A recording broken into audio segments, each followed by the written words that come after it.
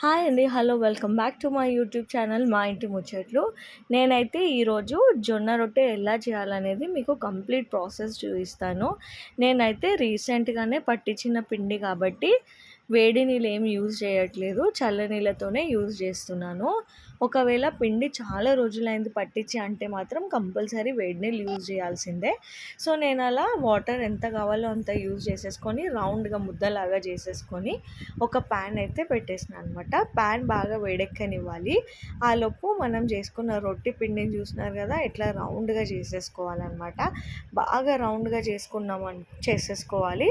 చేసుకొని మధ్యలో చెక్ చేసుకుంటున్నా ప్యాన్ వేడైందా లేదా అని చెక్ చేసేసుకొని మెల్లిగా పిండినైతే కొంచెం పొడి పిండి చల్లుకుంటూ నా చేతులను యూజ్ చేసుకుంటూ రౌండ్గా చేసేసుకున్నాను. నేను ఆల్రెడీ చూడండి ఎలా రౌండ్గా చేసుకున్నానో. ఈ లోపు మన ప్యాన్ కూడా ఫ్రై అయిపోయింది కదా, మెల్లిగా మన హ్యాండ్స్ యూజ్ చేసేసుకుంటూ ప్యాన్ పైన రోటీని అనేది వేసేయాలన్నమాట. వేసేసి కాటన్ క్లాత్ని తడి చేసి కాటన్ క్లాత్తోని మొత్తం రొట్టెకంతా వాటర్ పట్టించాలి. మొత్తం వాటర్ అంతా పట్టిన తర్వాత చూడండి రొట్టె ఎలా కనిపిస్తుందో.